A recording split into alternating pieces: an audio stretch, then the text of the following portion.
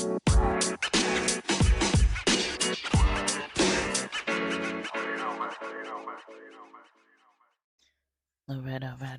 right. Welcome back to the podcast, Back to Theory and Theology. Sorry, my stomach is grumbling because I ate something with a lot of onions and spice earlier. Um, so we're kind of talking about this emotional drain, friendships. This is the third segment of this.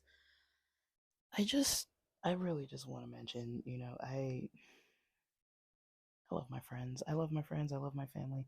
There's not anybody that um that I currently have in my life that I question their friendship or that I feel like I don't know their intentions. Um so I'm not holding any grudges. I'm not like mad at anybody in particular. This isn't coming out of these recordings aren't coming out of like something dramatic happened and I just need to record about this drama. It's not like that. It's coming from recognizing social patterns that I've noticed just because I know a lot of people and I'm thinking about the people I know who talk to me, the people who do talk to me, who tell me about people who talk to them, and what they've experienced also with people talking to them.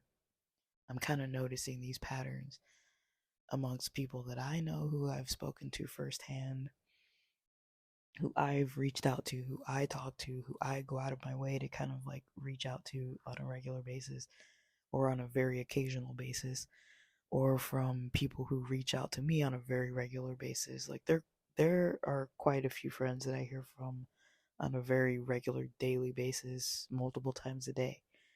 Um there is maybe a couple other friends that I hear from maybe once a day. And then there's maybe a couple that I hear from like once a week.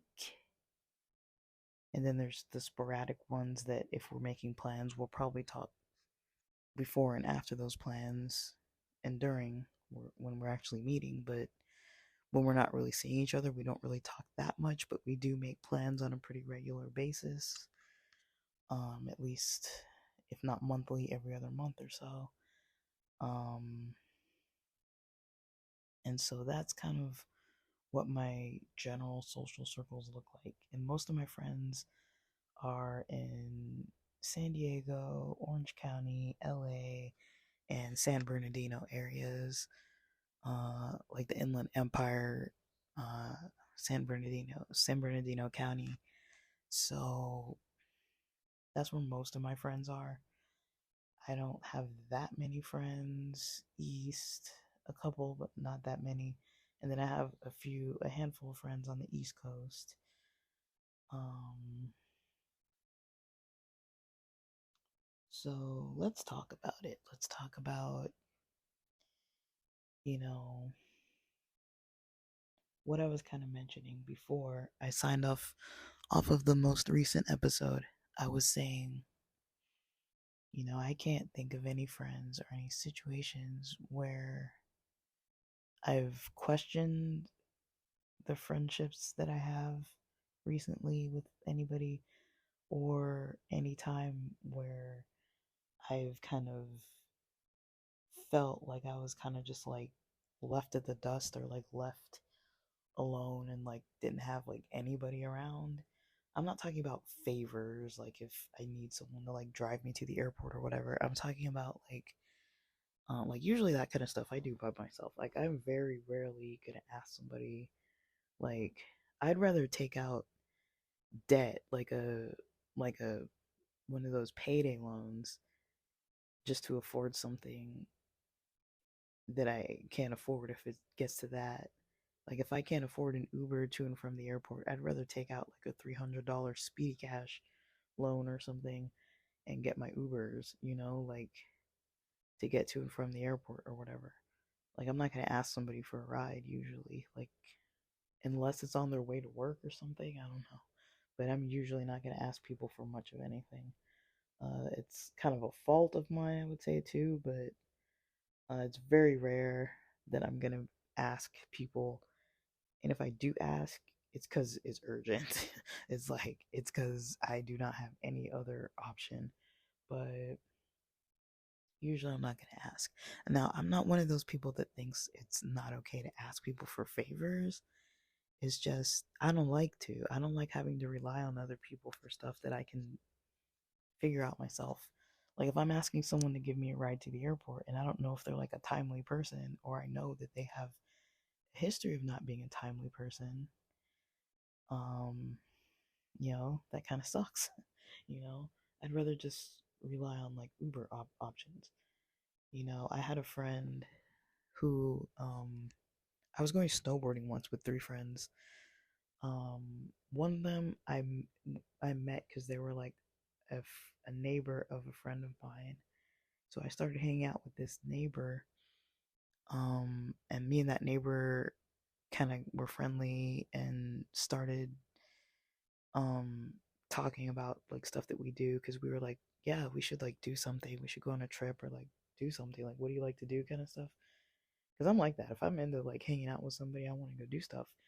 And so we kind of realized we like, the mountains and stuff. And this dude was like, he had this female friend, and he was like, yeah, well, she skis, so she had like this Subaru, so it was bigger. And he was like, yeah, she goes up to Bear, so let's go up to Bear. So we were gonna go up to Bear for 2 days, and I was thinking, should I buy my tickets in advance? Because I had these Snow Jam discounts, and I think I got like 60% off tickets, but I had to buy them in advance. But I was like, you know what? I don't really know these people. So something told me, because they didn't buy their tickets and they were buying theirs at the resort. I was like, let me not buy mine because they didn't buy theirs. So let me be even with them. And I'd almost rather pay 60% more than have something fall through. And so I waited, thankfully, because the morning we were supposed to leave super, super early.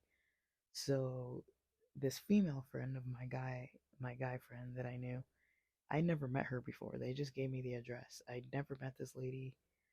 Um, I just, I didn't even have her number. And I texted my friend. I was like, hey, I'm at her house. I didn't hear a thing. He wasn't awake. This guy didn't wake up. He slept in an extra, like, I think we're gonna leave at 6 to get there at like 8, and he slept till like 8. And if you know what that means you have to pass LA rush hour traffic. And so, because we were coming from San Diego, so we had to pass, well, we went the 15 up, I think, but we had to pass through all those areas that had all that traffic. And once we got to the mountains, there was already traffic. There was no parking anywhere because it was a 3-day holiday weekend. And we ended up driving around. By the time my friend got his snowboard rental and everything, it was already like 4 or 5 p.m. or something. And so my friends were like, let's just get to the hotel, check in, and just go one day, snowboard one day, which would have been the next day. And I'm like in the car with them, so I'm like, well, that's what I have to do too. Like, I don't have any other option. And so I basically just did that plan with them. Um, I mean, for the most part, it worked out because we got to snowboard one day, but it's like, if you know people like that are just late and sleep in and stuff, you know, um, that's a little hard. Um, that's a little hard to deal with, but I don't know if it was a pattern because we were leaving like ridiculously early, so it does kind of make sense for someone to sleep till 8 instead of 6. But yeah, that's probably not the first time, because I had another time where that happened. Because when you snowboard, when you go in the morning, a lot of times on the weekends, you want to be one of the first people in the lot, because the lots fill up. And when the lots are full, you end up not having your car close enough. So if you have lunch in your car or like extra stuff in your car that you want to just go back and get or take a break in your car or something, you can't do that if you have a car where you parked so far away or you have to take a tram back to your car.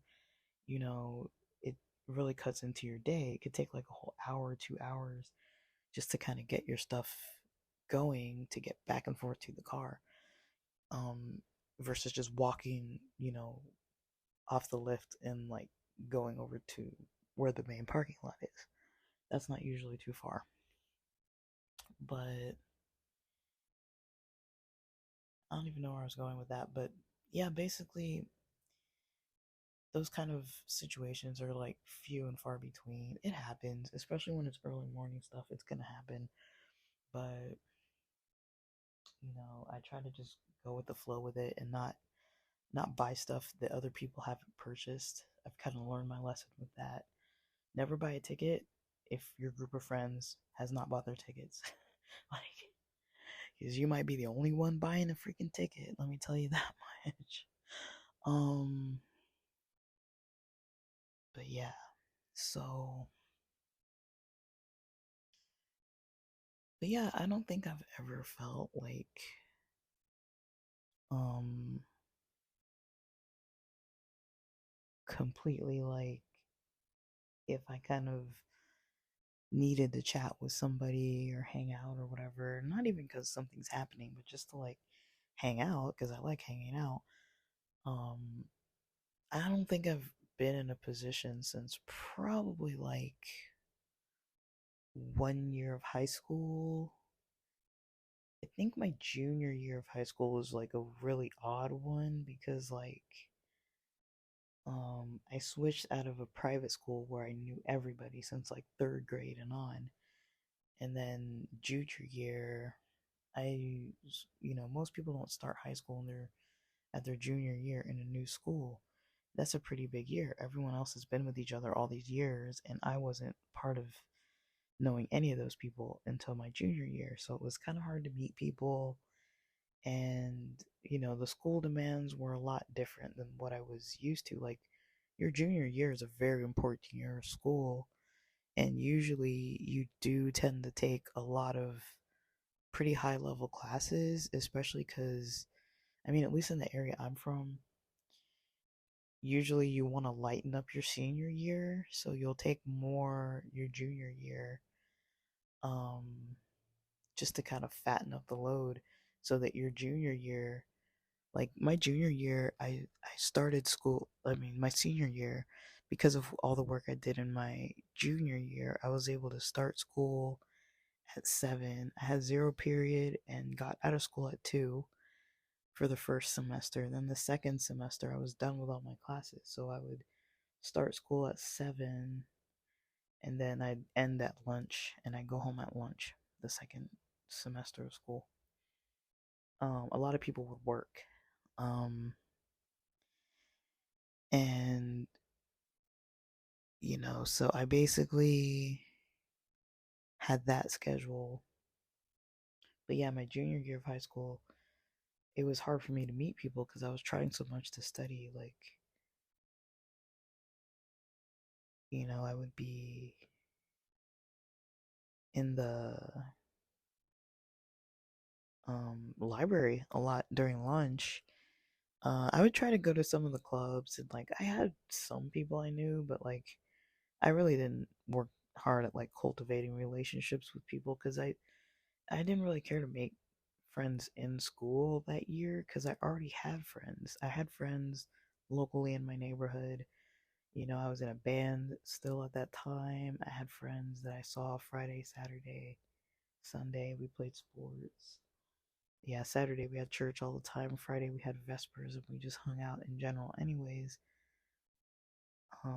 So I'd see my friends Friday, Saturday, Sunday, and during the week everyone was busy anyway. So I was kind of like, I don't really care that much because I'm busy, you know, like it would have been nice to meet some new friends, but I was just there to kind of, because it was a good school, and I just wanted to like get, as far as I could with like college classes and stuff.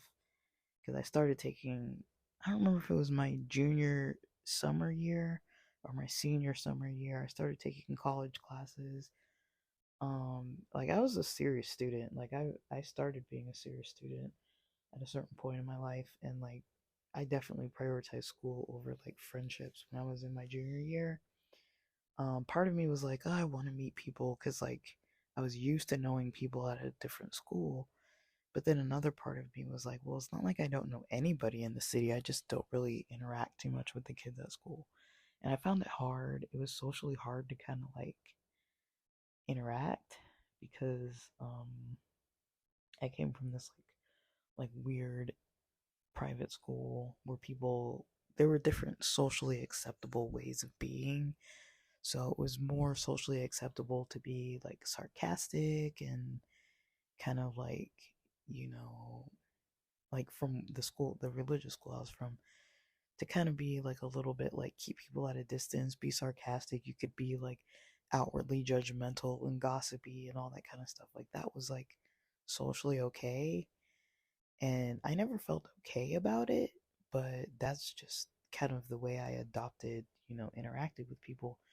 So I could tell that when I was meeting people at this different school in my junior year, I could kind of tell that that wasn't gonna fly.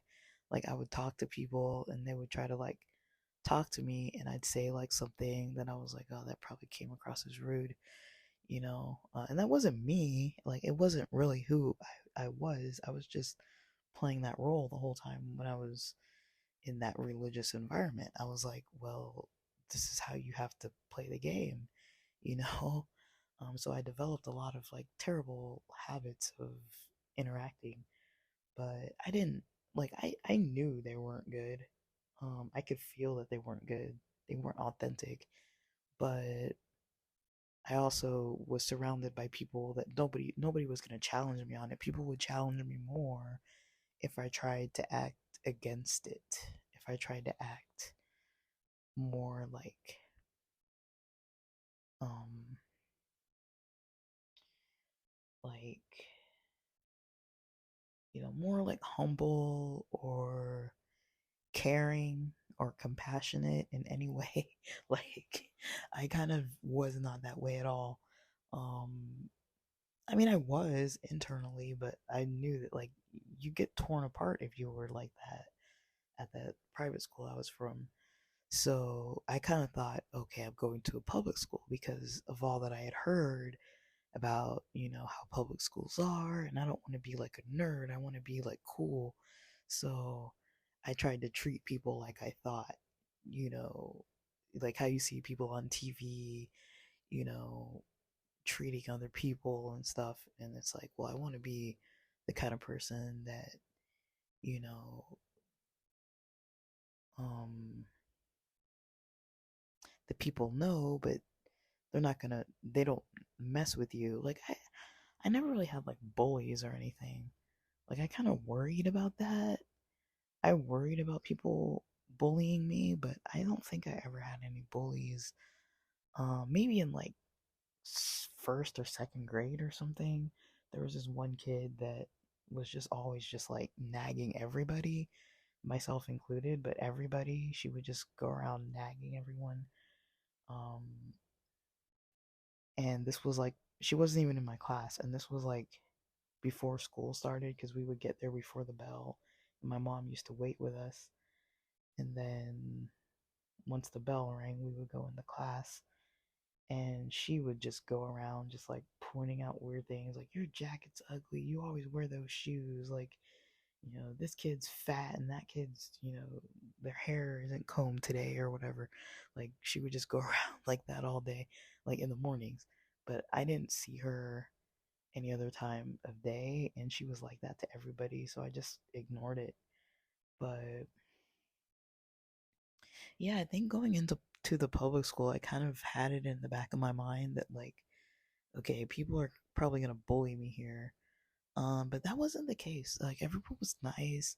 the school I went to, everyone was pretty, into academia, like, into getting good grades. I kind of learned some stuff about some people in my classes just from, I just learned to kind of shut up and sit there and just absorb the classroom vibe and just listen to people and just kind of learn. I just kind of spent like mostly a year just trying to like take in like how people were with each other. And I kind of started realizing very quickly, I was like, the way that the church taught us about, public schools and public school kids and all that environment, so wrong. It was so flawed. Like, it did not apply to my experience. And I think, you know, first of all, I kind of went in kind of heavy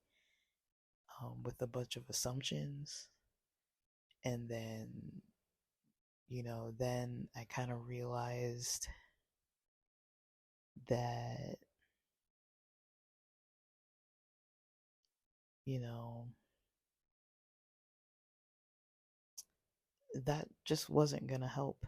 And, I didn't really, at a certain point, like when school started getting harder, like quite a few weeks in, maybe like a month or so in to that year, I kind of didn't really care so much to kind of interact so much. Like, part of me cared, part of me was like I think I was depressed about it when I was that age because I was like I wanted friends at school, but I also had like no time for them because I was like I would do homework at school because I was like, you know, um it was a lot of work. Like, we had probably like each class, we weren't on a block schedule, so we had each class was about an hour of homework.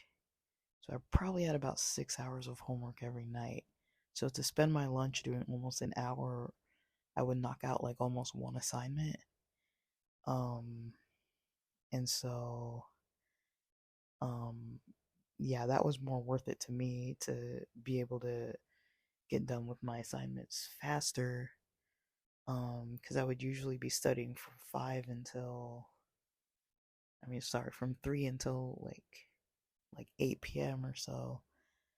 And then, I'd have dinner somewhere in there, and then I'd basically play guitar from like 8 to like um 8 to like 10:30. Then I'd go to bed, and that was like every night. So I kind of like that.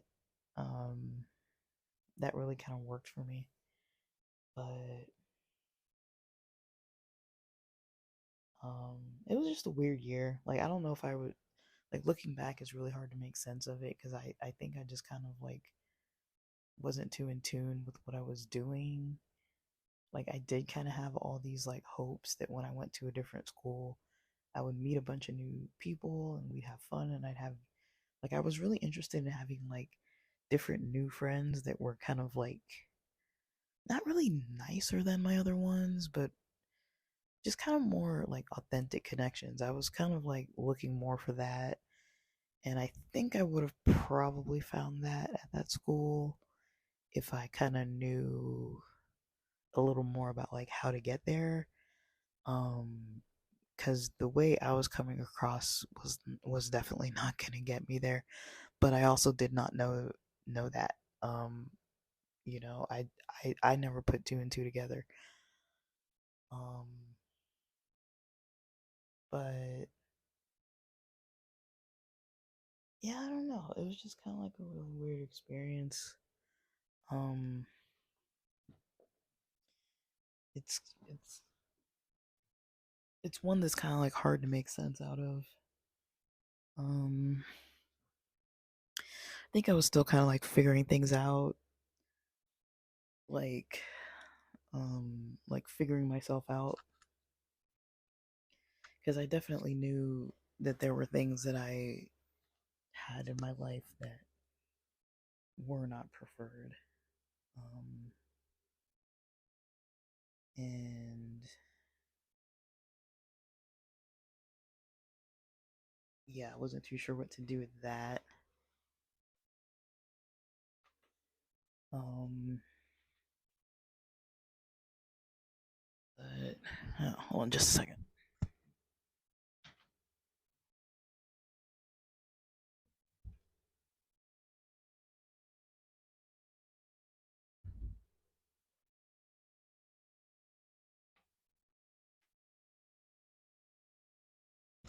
All right. So yeah, I don't know. That's kind of the only year I can sort of think of where um not everything was like completely clear. Um like even now looking back, I'm like, what was going on that year? It was kind of a weird year. Um and especially cuz like my circumstances were not like normal.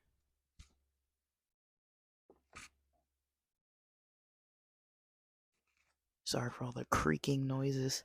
Um but yeah, because my circumstances weren't like super normal, meaning like coming from a private school going to a public school during your junior year, that's not normal. You know, going to a school where you see the same people, you know, Monday through Friday at school, and then you see the same people, you know, Saturday and Sunday on the weekends as well. Since like from third grade to 10th grade, that's not normal, you know. That's not normal. So, you know, I definitely um had a very strange kind of teenage uh end of my teenage years coming into like early adulthood, but I really don't think I ever had a time period where I didn't have people that I knew that I could hang out with. I mean, there were times where like financially I couldn't afford it, or financially I didn't want to afford it, or energetically I couldn't afford it, or energetically I didn't want to afford it. Um, but I really can't think of a time where I didn't have like a social circle. And I'm trying to think of if that's rare, because I feel like it's kind of rare. Like a lot of people might not know. I'm not saying that there's anything necessarily good about, you know, knowing the same people for so long. But just in a city, like I've mentioned before, like when you live in a major city, it's not normal to have like that small town vibe. Religions and different types of communities kind of create that, and it's hard to kind of create a strong sense of community. For me, it's just hard to be part of a religious community where their social values don't match up with mine. That's mostly what it is. Socially, you know, the values of that specific denomination and church in general, at least as I know it, it just socially it doesn't really match up to what I've found and valued, and you know, outside of those networks. Um okay, so I'll put it this way. My friends that are in the religion, I have a pretty hard time connecting with them nowadays. I don't write them off. I'm not like completely gonna like, you know, ignore them or whatever. It's not like that, but just our values are different. I've expressed my values to them about what I feel like is more of like a safe way to interact with each other and to talk to each other, and you know, simple things, you know, no physical violence, no cursing at each other. Like I don't mind cursing, but you know, I don't like people saying like calling me like the B word or saying like F you and all that kind of stuff. Or calling me like an a hole and all. It's kind of like, even if you're joking, it's kind of like flipping me off and stuff. Like even if you're joking, that's not really my thing. Um, you know, hearing stories about people being physically violent towards other friends or other family members. I'm like, guys, we're not like five anymore, It's like, you're in your 30s, you're in your 40s, you shouldn't be hitting people, you know what I mean? I understand self defense, but it's like, you can't just be losing your temper and hitting people. Like, I don't want to spend time around people that are doing that kind of stuff. Like, just out of control. Like, I feel like a lot of the people I know are kind of just not too in control of themselves. And it's hard for me. That is hard for me. It's hard for me to kind of be like, what am I doing here? Like, I don't mind like coming out of like a hangout and being like, oh, like this was just kind of like blah. Maybe there wasn't a lot of depth to it or whatever. Like, I don't really care. Like, that's fine. But I don't like when I hang out with people and I feel like, man, I wish I would have just stayed home. I would have been better off not even have having come into this setting. And that's a lot of times how I kind of feel with certain people. I'm just like, it's just not worth it for me. Um, I feel like with my non-religious friends, we are very much able to just, you know, if somebody needs to check in about something and be like, hey, maybe you're, acting this way or acting that way, or, you know, they have an opinion, or maybe someone got rubbed the wrong way about something. I feel like most of my friends that aren't religious, like we can have those conversations. We can sit and like talk about things, and not have somebody like up in your face about it or trying to like, get defensive about it, or trying to overstep your boundaries while you're trying to like set them. I don't really know a lot of people. I know a few that are like that in my not in my religion in my non-religious circles. I know a few that are like that. Just kind of like these intense, extreme kind of personalities that are just kind of like, to me, when I'm around that, it makes me kind of want to back off. But yeah, I mean, I really do care about my friends. I like, other than the things I've mentioned about, if our values kind of aren't really aligned, or if I feel like they're kind of not quite um like some relationships just aren't healthy. And I feel like the ones that I have with some of the religious people, they're just not healthy relationships. Now, I will say that a lot of the people that I grew up with that were really religious, that are no longer really like part of the denomination necessarily, like maybe they have similar values about the Sabbath or about family or about even church, like going to church, like maybe they just like the culture of it, or just have certain, things that they enjoy, that might be religious-ish, but maybe they take from other religions or something along those lines. Like, I've had friends like that, I feel like we can talk about anything. Like, those are probably the friends that I would say are kind of the easiest for me to kind of vibe with, because we grew up together and we know the ins and outs of the religious culture, and we can kind of like talk the talk, walk the walk if we have to, but we kind of know the BS aspect of things too. And we've all kind of equally been traumatized by the whole religion and can kind of talk openly about things. And I feel like we are all those friends, we're all on the same page. Like, I don't mind, introducing any of them to one another. We've always all gotten along.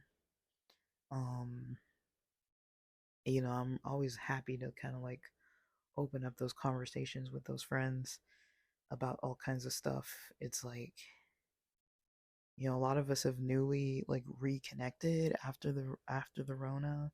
I think a lot of us kind of fell off for like 5 years, 7, 8, 9 years or so. We kind of weren't too in touch, and then we all kind of like got back around like LA area. So since a lot of us came back to LA, we still see a lot of each other, honestly, or see other people that see other people that we know.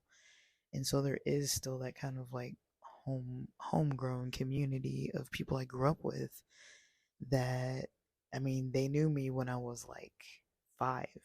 They knew me when I was 10. They knew me before puberty. They knew me during and after puberty.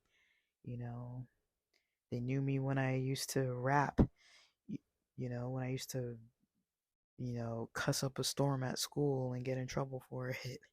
Um, they knew me when I used to, you know, play sports all the time. Um, you know, they knew me at a different period of time in my life. Um, they knew me like before my professional life even started.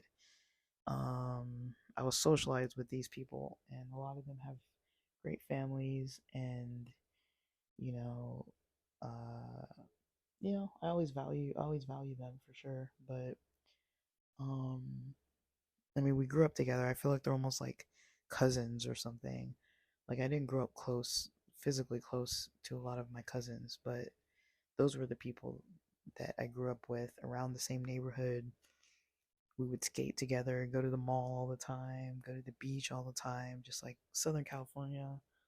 You know, it's very rare to know people like that you've known since you were like 5 years old or like fifth grade, seventh grade. And I'm like 40 now, and I've known people since I was that age. So, and living in LA, so it's like it's pretty cool to have people that you kind of that are kind of like all in contact. Um, it was mostly the church that brought us together, but um, now it's kind of our own willpower that keeps us in touch. But I really value that. I mean, I've made other friends along the way, but those friends, I feel like the ones who came out of the religion, um, they're usually the ones I can vibe with the most because I feel like all of us kind of left that stuff alone because we realized it was so hard to be authentic and so hard to just be yourself and just live and let live, without people in your business trying to like at every turn like take something you said or did and like spin it into some drama. It's like, yes, you came over to my house once and you opened the freezer and there was a lot of meat. Like my parents used to buy, how they used to have those trucks or those people that would come around to sell meat, and they would sell it like in bulk. So you would get like 6 months or however many months worth of like steaks, chicken, whatever it was, pre-cut. And my parents, I don't know if it was every year or once a year, they ordered that because we eat meat a lot. We used to barbecue every Sunday, so it was discounted. I don't know how healthy it was or whatever, but I remember, we had just ordered a whole bunch of meat once, and not all my friends were vegetarians. Most of them weren't.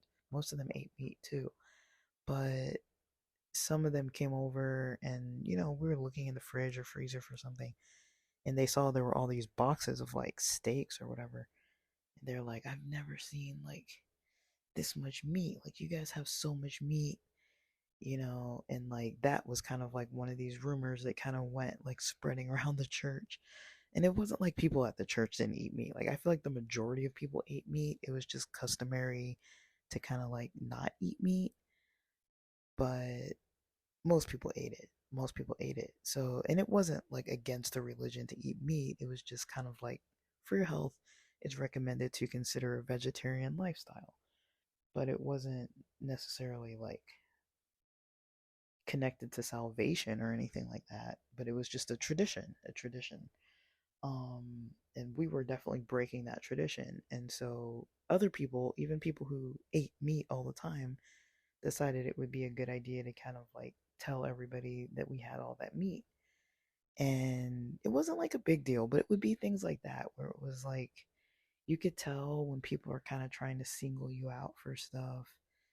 Um, like people knew that we were allowed to watch soccer games on the Sabbath, so sometimes people would come over um, because they knew we would have the game on. But then we didn't like invite a bunch of people because we knew, traditionally a lot of people don't watch TV or sports on the Sabbath, and so there would be things like that where it's like you knew certain people would know, or certain people would know that our family would go out to.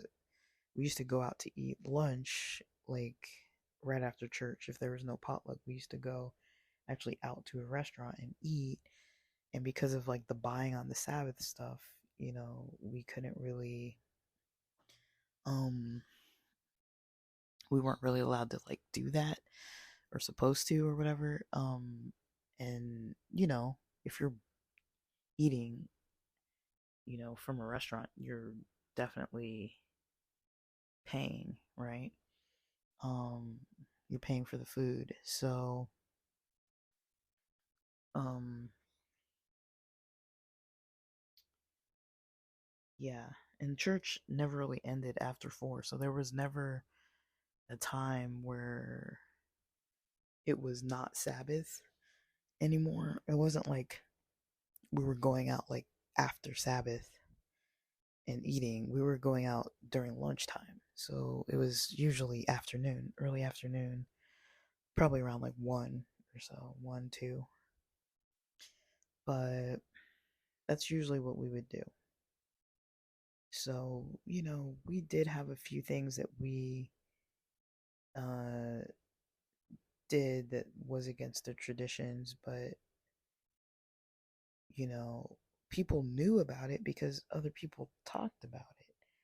I would go over to other friends' houses and they'd be playing video games and watching TV and, going to the movies, and their families would go out to eat and stuff, but it's like they were so low key about it because they never really had people over like we did. We used to have a bunch of people over, and so what we were actually going to do on the weekend would depend on who decided they were coming over after church. And so if it was certain friends, like who maybe their parents weren't religious or whatever, but they just had them in the school or something, like, or at the church, then we would just go, you know, and my parents would just take us all out to eat or whatever. It wasn't like a big deal. But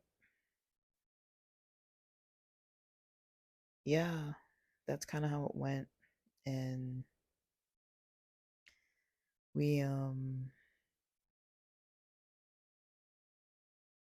you know, we just kind of went with it. But yeah, that was definitely something that I remember. Um, that was kind of something that was like a little bit of people would try to divide on those things. Like there were the people who didn't do those things, like the not eating meat, the not watching TV, the not, buying things on the Sabbath openly and things like that. Um, and then there were people who just didn't work. They didn't get a paycheck, they didn't go into work, but they might watch TV or whatever, or go to like a Dodgers game or whatever. They just spend their time how they wanted, even if they go to church. And then there were the people who just kind of didn't really even hardly go to church because they were doing other stuff. Um, but I feel like there were kind of like these levels of people where it was like, well, if you aren't in the church all the time and you're doing all these other things, like it just got looked at kind of badly. Um, And it's just kind of, I don't know, it's just kind of like a sad, it's like a sad um situation because the pastor of this main church, which is the weirdest thing to me. I mean, I don't want to put him on blast, but I can talk about my own experiences. So I'm not, you know, people make their own decisions. I've made my own decision. He's made his own decision. So basically, this pastor who I've known since I was like 5 has been the pastor of the church that our family has kind of been to um since we moved to LA for the most part when I was like 5. And so um I um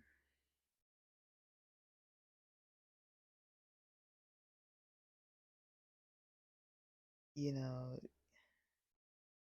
he's he's been our my folks are kind of more in touch with him than I am, my dad more than any of us. But I think the last I heard from him was during Mother's Day and Father's Day in like 2021, I want to call it. It was when we were still kind of like locked down because of the Rona. And he did like a Father's Day and a Mother's Day, two separate occasions. He reached out to everybody at the church and said, if you can make a video for Father's Day or Mother's Day, they're going to make this whole compilation. And, I was like, I just didn't do it because I was like, I didn't feel like I wanted to be part of, that church's event, of people kind of, I felt like it would bring people into my business because I hadn't been connected with a lot of these people in like absolute ages. And so to hear from them or to try to like put together a video that they were going to put on the big screen at church during the service for people to just like see me up there talking or whatever. I didn't really see the point because I was like,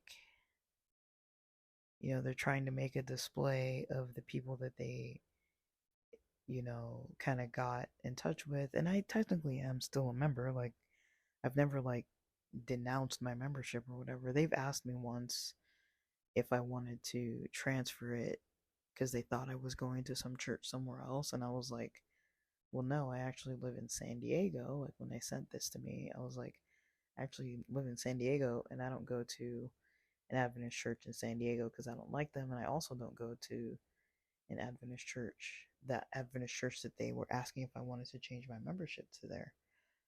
And so I was like, I just want to keep my membership at that current church. But I've also reached out to the pastor maybe twice or 3 times or so just to say, hey, how's it going, kind of thing. And he's never responded. So I'm kind of like, okay, if you can't even respond to a message, then I'm not gonna involve myself in any of your stuff. Like, this is someone I've known since I was 5 years old. I've known this guy for 35 years of my life. And the whole time I haven't gone there, he's never once reached out or called or had anybody else reach out or call or been like, hey, how you doing? Just wanted to say hi. Nothing, nothing. Um, so because he's never been, he's never made an effort on his end, I don't feel like I should have to make an effort on my end. I mean, that's a pastor's job, is to reach out to the community. And I mean, he's kind of assumed, a lot of them apparently have assumed that I've been going to a whole different place. Um, and so I don't know. Like, I don't really see it um as, too valuable of a thing to try to kind of dredge up and try to like continue it. Um, I don't know, but I don't know. He's kind of, I don't know. I don't really want to like talk crap about him, but there is a certain point where it's like don't, when you've seen somebody so much, there is a certain point where you kind of don't learn from them anymore, if that makes sense. Um, I used to see him all the time and I was super involved, but the less I got involved in stuff, the less I cared to like even be around. I'm like, well, I'm not doing anything here, so if I'm not gonna be able to actually like do anything, then why would I ever come here? You know? Um, I wasn't doing praise team at a certain point. I wasn't doing any of the congregational prayers at a certain point. I wasn't on the nominating committee at a certain point. I wasn't doing any of the collegiate stuff, or even welcoming or anything. So, once I had like zero roles, I was out. I was like, well, you know, like there was a long time that I wasn't learning there, which was my favorite thing was the learning part, other than the socializing part. But once I stopped learning, and I still had my social life, I was like, I don't really need to come here. And I found other churches where I learned and was able to socialize, and the people were interesting and different. A lot more minorities, mostly like Pacific Islanders, and so that was really cool. And they kind of have a different. The Adventist Pacific Islanders are a little more strict on a lot of things because they have their other traditions, uh, you know, that they uphold. Um, but yeah, I mean, I'm not like upset that I was raised Adventist or whatever. It's just, I think that's why. I mean, being Adventist from youth is pretty much the reason why I know so many people. Because I was networking for my whole life, pretty much. You're taught to do that, like not for some evangelical purpose necessarily, but just to interact with people from other churches. Like we had a very active youth and collegiate pastor group that would take us to other churches in the city. We would mingle with other teens our own ages, and like, so we knew people. And even now, like, I don't recognize anybody anymore, but because everyone grew up and changed and looks so different. But I'd say still the majority of my friends are probably Adventist. I'd say the amount of people I know in San Diego um, is probably like a third of the amount of Adventists that I'm still probably in touch with, just about. Um, so, I mean, I really care about my friends. I really love everybody. It's just sometimes different people don't work at certain parts in life. It's like the puzzle pieces just don't fit. Maybe we can circle back around. I'll have gotten over some things. They'll have gotten over some things. Maybe in 5 years we'll all laugh about what things were like during the Rona when everybody started reconnecting and like how we all couldn't get it together. Maybe people will all heal, myself included, from a lot of this other stuff that's been going on, uh, and we'll be able to kind of move forward and things might look better and we might be able to kind of be in a place where we're like cultivating relationships more. I feel like with a lot of the religious people I know, the ultra religious people, I'm not really cultivating anything. I'm kind of maintaining things. I'm like, I want to stay in touch. I don't want to lose contact. I try to make that clear. But there are many circumstances where we cannot hang out because for me, it's just not gonna help. Like, I don't want to go to church with them. I don't want to have religious debates or discussions because they turn into debates, and somebody always ends up popping off, can't control their temper, and ends up flipping tables or throwing books or cussing at people. It's like, when we're talking about the Bible, there should be no reason for people to be that upset. Like if we can't just have a conversation about it, then why do people keep wanting to bring it up? Like, so there's certain stuff that I'm like, I don't really want to do this because it's not healthy to be around that style of drama of like fighting and all sorts of people doing all kinds of things and like saying things that they're gonna regret. It's not healthy. But um on the other hand, I would say um I'm glad that people kind of know where I stand. Um you know, uh most people know, religious or not, I probably don't want most of your drugs around me. Like, if it's not alcohol, weed, or psilocybin, or somewhere within that range, I'm not going to be comfortable around it. Cigarettes, whatever. But, um, yeah, I don't want to be around you if you're using crack or meth or heroin or any really heavy stuff. I don't want to be around any of that. Um, that's something I don't really have a problem with too much. Like, I know people who use within the time period they're around me, but I've never witnessed it firsthand. I've just heard about it. Um, have no desire to do it. Um, I get it, but it's just not for me. Um, and I've known some, uh, yeah, mostly it's just the conversational part of things that I feel like with the religious crowd, that's a hard one for me because conversationally, I don't like to get in people's way. I don't like to ruffle feathers. I don't like to be rude. I don't like to try to get under people's skin.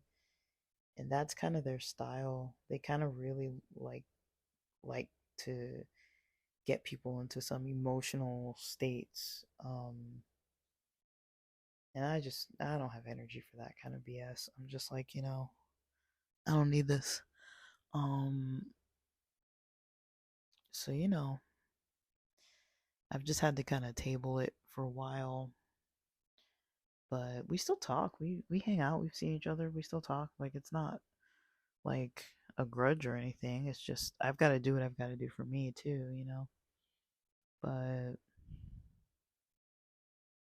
yeah, like, even with all that stuff, I still feel like those people who I would even prefer a distance from just for my own emotional well-being, if I needed something from them, like if I seriously was in some kind of need, they would be there. They would help. Uh, you know, they'd support. Not all of them. Some of them would. There have been others that I was surprised that I was like, oh, I thought they'd be more supportive, and they're not. I'm kind of dealing with like a couple situations like that where I'm like, okay, well, cool, you know. Um, it's like simple things that, actions speak louder than words.